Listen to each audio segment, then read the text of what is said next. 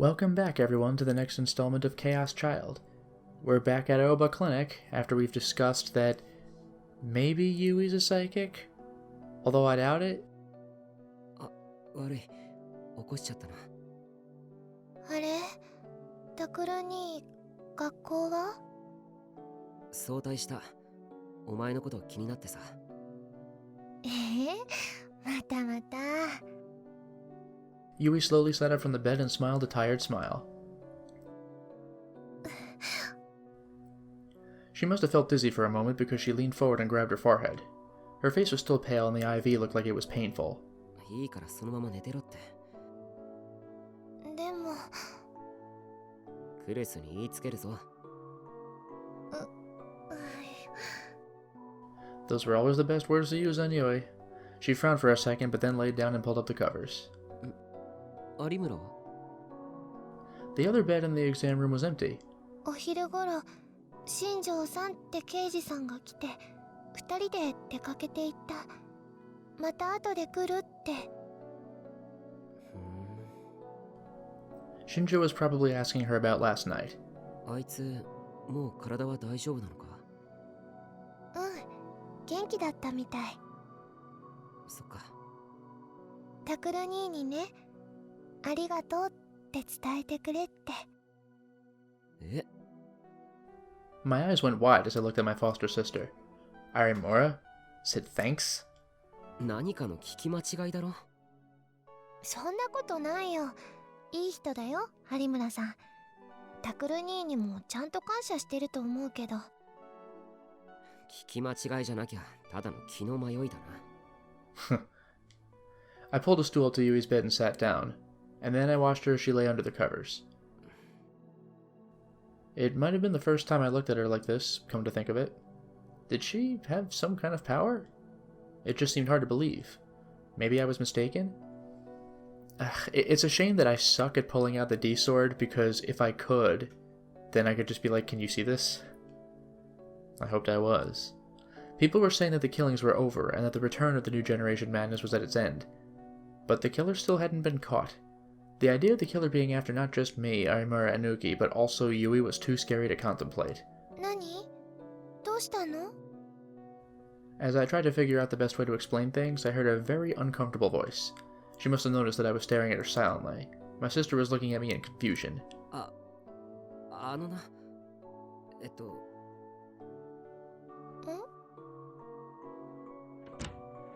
あら、タクル。おかえりなさい。まだお帰りなさいっていう時間じゃないでしょ。 Kurisu was standing at the door, holding a tray with a bowl of rice porridge. Uki was next to her with a pair of spare pajamas. Kurisu put the tray next to the bed and looked at me, concerned. 学校早退したの？どこか具合でも？ごめん、そうじゃなくて、ちょっと気になることがあってさ。気になること？ Even if Yui was a psychic, I still wasn't sure if I should tell Kurisu about it. She'd just worry more. But she cared about her sister, I knew that. It was probably better if she knew everything. Ugh, good. I really dislike it when we just actively withhold information and it causes problems. I'm glad we're just coming out with it. どうすれば確かめられるかな。 And then I remembered the method that Kunosato had used on me. I glanced at Uki. She probably wouldn't like it, but it was the only way I could think of. なあ、ユイ。ゆうべのことをあんまり思い出したくないと思うけどさ。有村とそこにいる山添が手に何か持っているのを見なかったか？ Oh, great. Okay, there you go. Kurisu and Uki were shocked too. 何かって？二人は剣のようなものを持っていたんじゃないか？剣。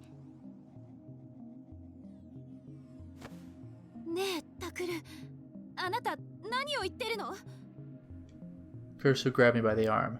She couldn't see the D-sword herself, but she knew exactly what I was asking. ユイ、そんなの見てないわよね。見てない、知らない。 Yui must have been surprised by Kurisu's sudden outburst.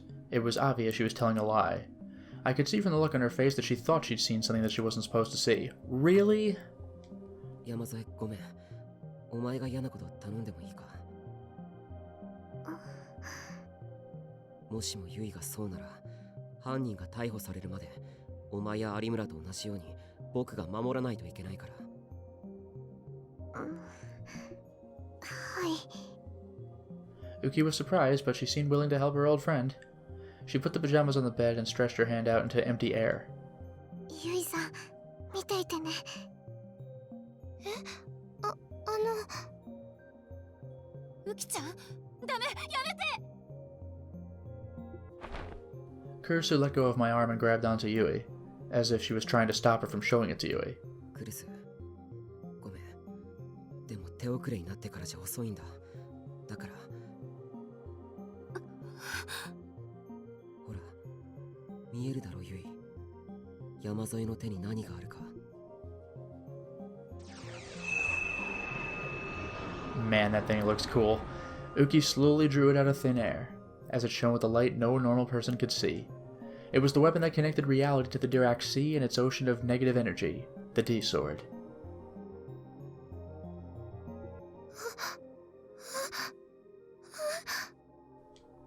It was obvious that Yui's eyes were following Uki's sword.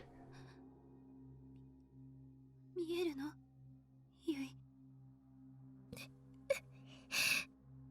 見えるの。 Yui looked like she was about to cry, then she nodded slowly. 山添、もういい。ありがとう。The D-Sword disappeared from Uki's hands. There was nothing left but an awkward silence. そんな。 I was right. Yui was a psychic. And Senri Minamisawa had almost killed her last night. Did she, though? October 24th, Saturday. この匂い、どこかで。 That was the first thing Shinjo thought as he ducked under the crime scene tape and went inside the third floor condo. He knew this smell. But from where? あ、そうだ。ニューヨークで。Didn't see that one coming. When he was training in America, a local colleague had taken him to a cheap steakhouse. The waiter had brought him a disgusting grilled lamb steak. The smell was a mix of rotting animal blood and burnt fat. He hadn't even taken a single bite. And that was precisely the smell that filled the room right now. The source of the stench was in the middle of the room on top of the dinner table. The forensics people must have finished their job because it had already had a sheet placed over it. Now it was just waiting to be carried out to the coroner. Shinjo put his hands together a moment in silent prayer and then flipped up the sheet.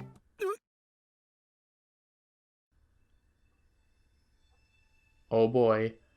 The second he saw it, he yanked the handkerchief out of his pocket and forced it to his mouth to stop himself from throwing up. And this guy's a cop who's seen crime scenes before, so this must be bad. He knew it was disrespectful to the dead, but he couldn't help it. ご苦労様です、新庄先輩。 He looked up and saw a younger detective talking to the forensics people. The detective lacked his usual energy. This was probably the worst case he'd ever seen. Shinjo didn't want to look bad in front of the younger kid, so he forced the handkerchief away from his mouth. あ、ご苦労。ガイシャの身元ははっきりしたかい？それがですね、衣服を着用していない上に遺体の損壊が激しくて、今のところ確実なのは10代から30代の女性ってことしか。 Well, I was right. Somebody was killed. He could see hints of the charred flesh that indicated the body had once belonged to a woman. Charred flesh? No kidding. But the face was so burnt there was no way to distinguish any features. And even stranger, there was what looked like a metal stick coming out of her mouth. Okay, that doesn't check out. The rod came all the way below her abdomen like a skewer used to cook a kebab. Wow. That's a sight. Oh yeah, you could barely see it on the right. The blurred rod in front of the guy's, torso. Wow. 10日ほど前でしょうか。近くの工事現場から鉄筋が盗まれたっていう届けが出てるそうです。 The detective flipped open his notepad. 鉄筋っていうと、あれか。コンクリートの壁に使う？ええ。外車の口から出てるのがそれのようです。The effort to force that thing all the way through a person, though. Like, lengthwise. そういえば昔こんな映画があったな。 Okay, don't tell me. It was a spear, though. Cannibal Holocaust? Are we talking Cannibal Holocaust? It was an old 80s. Huh, maybe not. It was an old 80s horror flick that he'd seen with some friends in college. The movie was about a bunch of No, I was right. Didn't realize it was 80s. The movie was about a bunch of travelers who got lost in the jungle and eaten by cannibals. In one scene, someone had been cooked like this. Wow. I haven't even seen the movie and I called it. And there was one more thing. This incident reminded him of a number of others he'd seen recently. The return of the new generation madness. まさかこれも？ I mean, it's so crazy, I just assume it is, right? いや、でも23日は。 Well, I mean, this person didn't die today, though, did she? By the way, speaking of these crazy new generation killers, it took me absolutely forever to get this. You know how each grisly death is named something? Like, don't look at me, because the guy was on the webcam, or leaky noise, because the woman was leaking, and the noise box was coming from her abdomen. What was bothering me was when the reporter died, and people called it Gotsuan desu. Which, what? But the guy was full of sumo stickers, and Gotsuan desu is like what sumo wrestlers say, kind of meaning it's not literally thank you, but it's a sumo wrestler thing to say. And it's also dosu, like doskoi. So there's desu and there's dosu. But this guy was called Gotsuan Death because desu sounds like death, dethu. So there you go. It was a morbid pun of sumo related thing to say and death. In any case, moving on. On October 23rd, the killer had spent the whole day going after Takuro Miyashiro and his friends, which meant the target had to be one of them. 新庄さん？悪い。続けてくれ。 Shinjo put the sheet back on the body again and made another short prayer. ガイシャの身元は未確認と言いましたが、自分の意見としては、おそらくこの部屋の住人と見て間違いないと思います。 Look at the length of that rod coming out the left side. 灰田理子さんだったな。はい。 He flipped through his notebook and relayed to Shinjo what he'd learned from the condo's manager. 年齢18歳、独身で一人暮らし。職業は派遣のテレフォンサポートってことになってますが、派遣会社に確認を取ろうとしたところ、会社自体がもう存在していませんでした。倒産したか、あるいは水商売のためのダミー会社って可能性もあるな。その線については今表せてます。で、会社が彼女だと思われる根拠は？ Shinjo took out his own notebook and started to copy down the things he thought were important. はい。契約以来、どうも本人しかこの部屋へ入った形跡がないようなんです。ん？鑑識からの報告では、室内から出た指紋や足跡は本人とおぼしきものだけで、不自然に拭き取った跡なども見られません。もちろん、それ以外の指紋もないわけじゃないんですが、どれも古いもので、おそらく以前の住人や業者だと思われます。鑑識も今回の件からは除外できるだろうという意見です。また、玄関の靴跡も外車のものしか見当たりません。遺体発見時、玄関には2つの鍵の他に内側からチェーンロックがかかっていました。窓もしっかり施錠されていたので、本人に間違いないかと。That's bizarre, though. How does that work? I mean, with Don't Look at Me, the killers still had to come in, didn't they? Shinjo felt like a little like he was going to faint. じゃあ、犯人はどうやってここに入って犯行に及んだんだ？ Even if the killer convinced her to kill herself, there's no way that he could have gotten that to work. It would take some serious equipment to roast a whole person. You couldn't get that in here without leaving any traces. The younger detective must have been thinking the same thing. これで普通の死に方をしててくれれば、自殺ってことで新庄さんの手をお借りすることもなかったんですけど。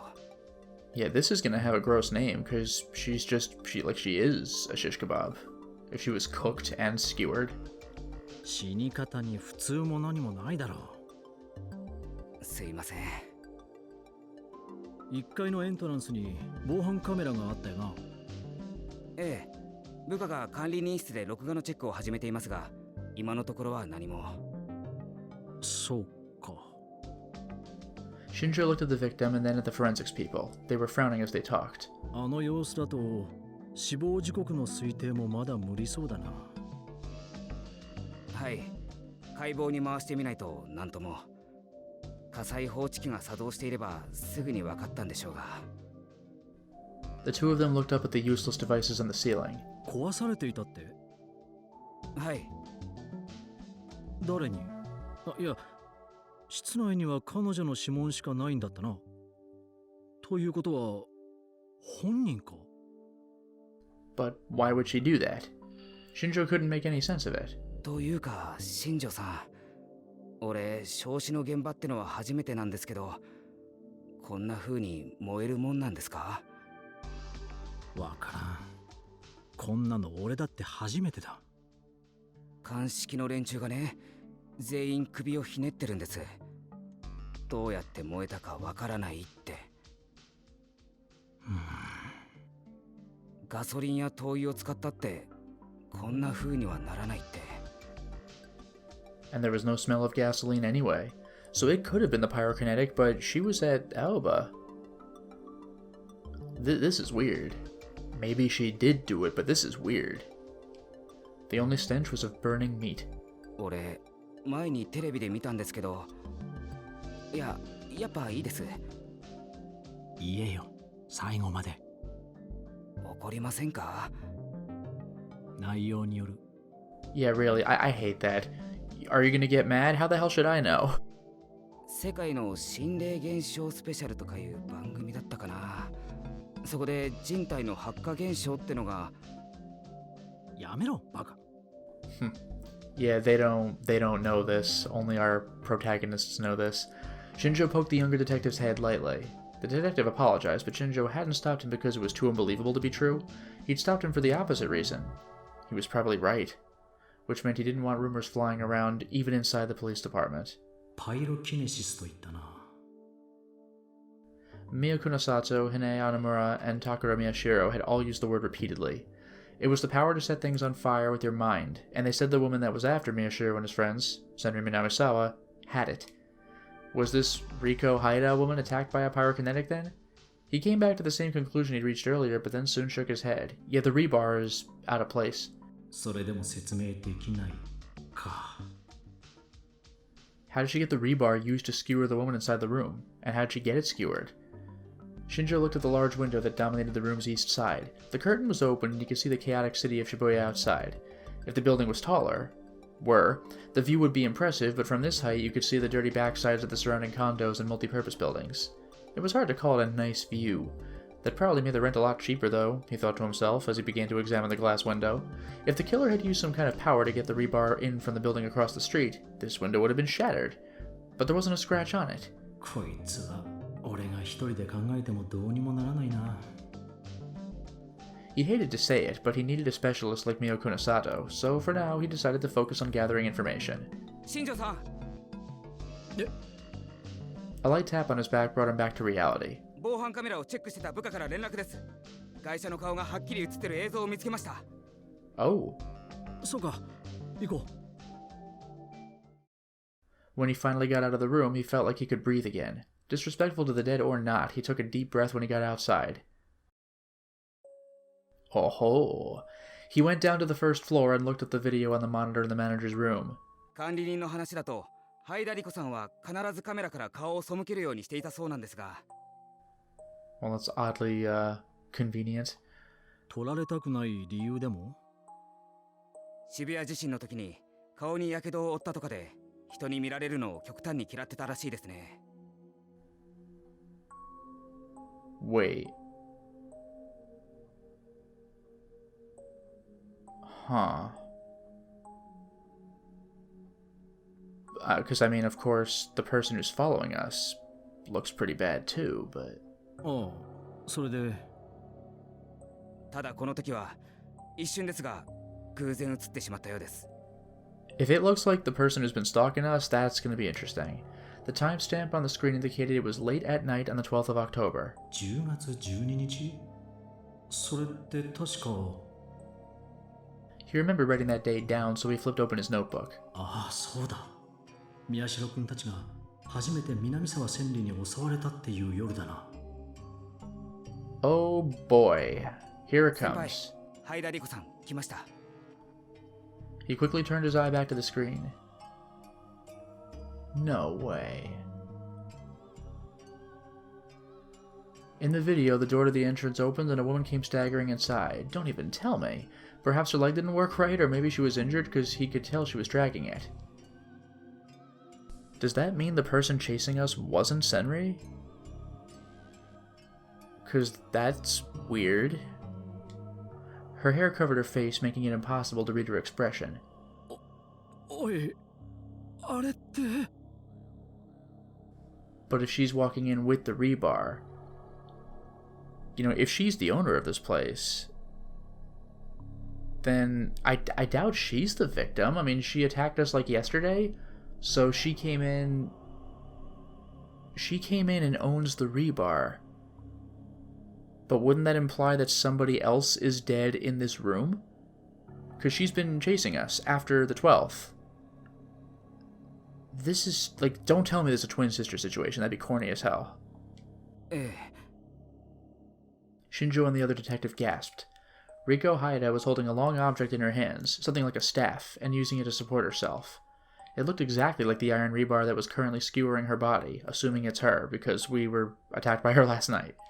まさか自分で持ち込んだ鉄筋で串刺しに It was just a recording, but Shinjo found himself holding his breath nervously, as if he was watching live footage. She walked right by the security camera. It did seem like she wanted to avoid showing her face, but she must have tripped on something when she was right under the camera, because she staggered. When she did, her hair flew backwards, and he could finally get a glimpse of her face. Shinjo's eyes went wide. 似てる All of her features matched the description. They were identical to the composite sketch based on a description by someone who had barely survived an attack by this woman. そんなこいつ The girl in the video was... This is bizarre. But if she's somehow the dead one, then how are we attacked at the clinic? Unless we were attacked by a vision the whole time? This is bizarre. 大丈夫よユイ。安全になるまでずっと一緒にいてあげるから。ほら元気出して。 Yui nodded. She was still pale. Not only had she gone through a lot last night, but she'd just found out that she was a psychic. She wasn't looking good at all. But of course, this raises the obvious question. What kind of power does she have? I explained to her what I thought she needed to know, and then told her that no matter what, she must never be alone from now on. It was true that the return of the New Generation madness had come to a temporary halt when Senri Minamisawa hadn't been able to kill anyone on the 23rd, over a week later, right? But no matter what the rest of the world said, it felt far too early to declare this whole thing over. でもね、こんな時にこんなことを言うのは変かもしれないけど、お姉ちゃんちょっとだけワクワクしてるんだ。え？ゆいと一緒にお風呂に入ったり寝たりするの久しぶりなんだもの。ゆいったらいつの間にか大人になっちゃって、すっかりゆうとのお姉ちゃんになっちゃったでしょ。たまには私の妹に戻って甘えてくれてもいいのになんて思ってたから。やだもう。 Yui smiled just a little. ユウトはどうするって？父さんの部屋にしばらく居候。この部屋で一緒に寝ていいって言ったんだけどね。なんか恥ずかしいみたい。私は別に構わないのに。ユウはのの姉が初恋の人だから。あ、これ内緒ね、絶対ね。それは光栄だわ。ねえねえタクル、頑張らないとユウトに私を取られちゃうわよ。Wow. Right in front of everybody. Sometimes Kurisu would say things like that just to enjoy my reaction. Lately, I'd gotten a lot better at not reacting the way she wanted me to. I simply snorted and she puffed up her cheeks and pouted. で、ユイの能力なんだけど、本当に自覚とかないのか？ The small smile vanished from Yui's face. そんなの急に言われても。自分の身の回りで特別なことが起こったりとかさ。特別って言うと、ユウのことくらいかな。どんな？ユウが嘘ついてもすぐにわかるとか。それは超能力じゃないわね。お姉ちゃんなら普通よ。私だってタクルのついた嘘なんて簡単に見抜けるもの。I mean, on one hand, true. On the other hand, it literally is a psychic power for one of our characters. だからそこで僕を引き合いに出すなよ。This time my don't react skill failed me. Kurisu chuckled, finally satisfied. Damn it. I felt annoyed for a moment, and then I realized that Kurisu was trying to send me a message. なるべくユイを怖がらせないであげて。That's what she seemed to be saying. Yeah, she was right. A normal girl like Yui would never be able to handle knowing there might be a serial killer after her, so Kurisu was deliberately pretending to be cheerful. I realized that my tone had probably been too harsh and relaxed it. 他にはないかな。どんなことでもいいんだけど。他に？ Yui looked down and thought for a minute. そういえば、本当に時々だけど、ユウの声が聞こえるような気がする。声？うん。例えば、ユウが忘れ物をして困ってたり、怪我をして泣いてたり、そういう良くない声が聞こえてきて。So, minor clairaudience, but specifically for Yuto? それで、急いでユウの学校へ行くと、本当に怪我をしてたりするの。So she basically has, like, big sister psychic power? なるほど。それかもしれない。I wasn't a specialist, so I couldn't say for sure, but maybe you could call it psychic sympathy between siblings? Kunosada might know more, but for whatever reason she had it out for us, and there was no way I was telling her about Yui. ユウトにはそういうことはないのかしら。大丈夫。あいつに能力はない。We can just tell? Oh, I'd already checked yesterday. I'd shown him Yamazoe's D sword and he hadn't shown any response at all. なんだか、私はユウの心配してるのに、ユウの方はそうでもないみたいで、ちょっと尺だけど。でも、いいよね。ユウが狙われることはないんだもんね。あ、あいつはターゲットにされないはずだ。When Yui heard that, she finally seemed to feel better. Kurisu softly put her hand on Yui's head and rubbed it. 本当にいい子ね、ユイは。やだ、やめてよ。ダメです。Kurisu grabbed Yui before she could escape and held her tight. She looked like she was about to kiss her at any second. ユイ、好きよ。大好き。のねがなんか気持ち悪い。助けてタクルに。She's being kinda creepy. I couldn't help but smile. 気が済むまでやらせてやれよ、ユイ。やだ、助けてよ。 Just when I thought it was safe to leave Yui with Kurisu. Regular knock, but I guess last night's knock was regular too. The three of us froze at the sudden sound of a knock. まさか、ここ家の中だぞ。The knock continued. Kurisu stood up and positioned herself between Yui and the door. I motioned for her to step back and put my hand on the doorknob. I remembered the terror I'd felt at Cafe Lax and gulped. To be honest, I was afraid. Terrified. But I was the only one who could protect them right now. Whew. Huh? Suddenly I heard an easygoing voice from the other side of the door. 宮代先輩、ちょっといいっすか？それともクルス先輩となんかまずいことでもしてますか？ Shockingly, no, we are not the one who's up to something naughty. ってお前かよ。あ、どうもどうもじゃない。紛らわしいからノックすんなよ。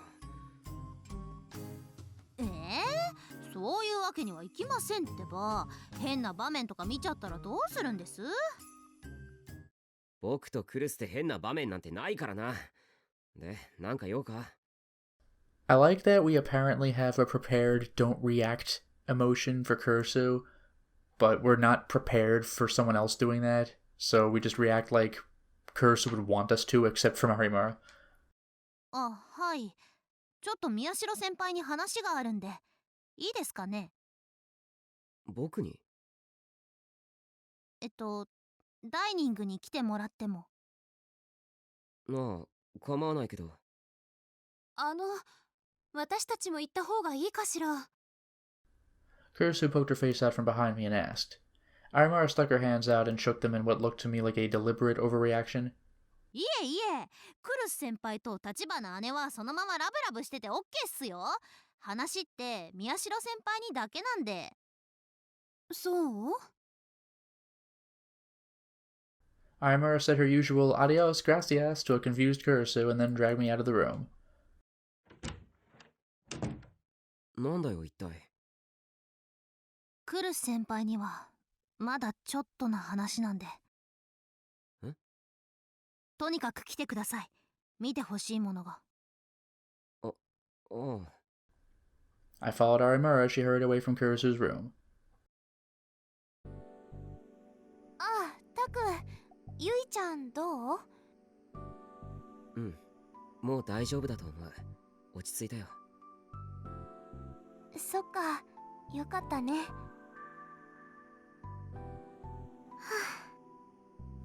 Uki was in the kitchen washing dishes. She looked at us. She let out a small sigh of relief. Even if she hadn't seen her for a long time, Yui was still her friend, and she was still worried about her. ひなちゃん、お茶飲む？ウキちゃんが入れてくれたのはとっても美味しいよ。ああ、いえ、私はそろそろ家に帰ろうと思ってるんで。え？ I turned to look at Arimura, surprised. I thought she was staying here because there might be another attack like last night.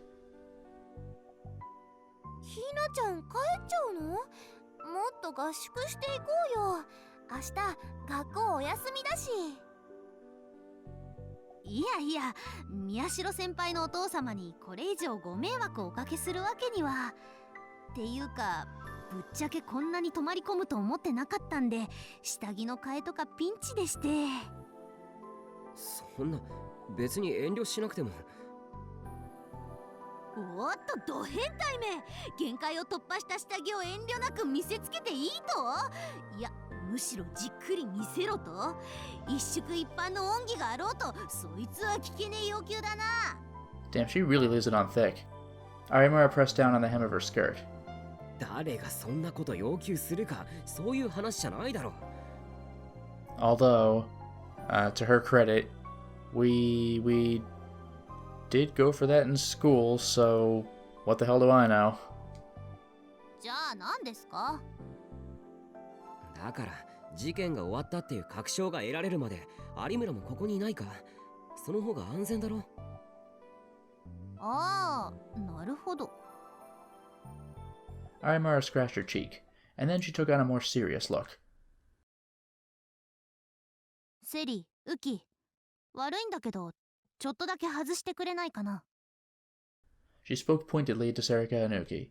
The two of them exchanged glances for a moment, but Arimura wasn't allowing any room for discussion. They left the room.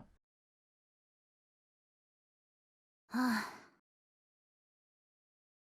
Once we were alone, Arimura sighed a little and took her phone out of her pocket.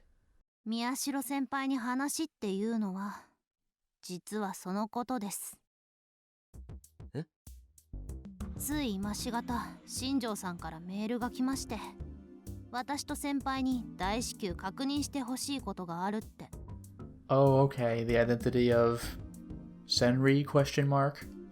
新庄さんから？すごく嫌なものを送りつけられました。デリカシーがないんでしょうね。大嫌いですあの人。 Arimura expanded the attached image and looked away from the phone as she handed it to me. それ防犯カメラの映像のコピーだそうですよ。Ugh. I could see in the video the face of a woman I would never forget. 南沢千里。 My reaction was the opposite of Arimura's. I couldn't tear my eyes away from it. 間違いないですよね。じゃあ新庄さんには先輩からそう言っといてください。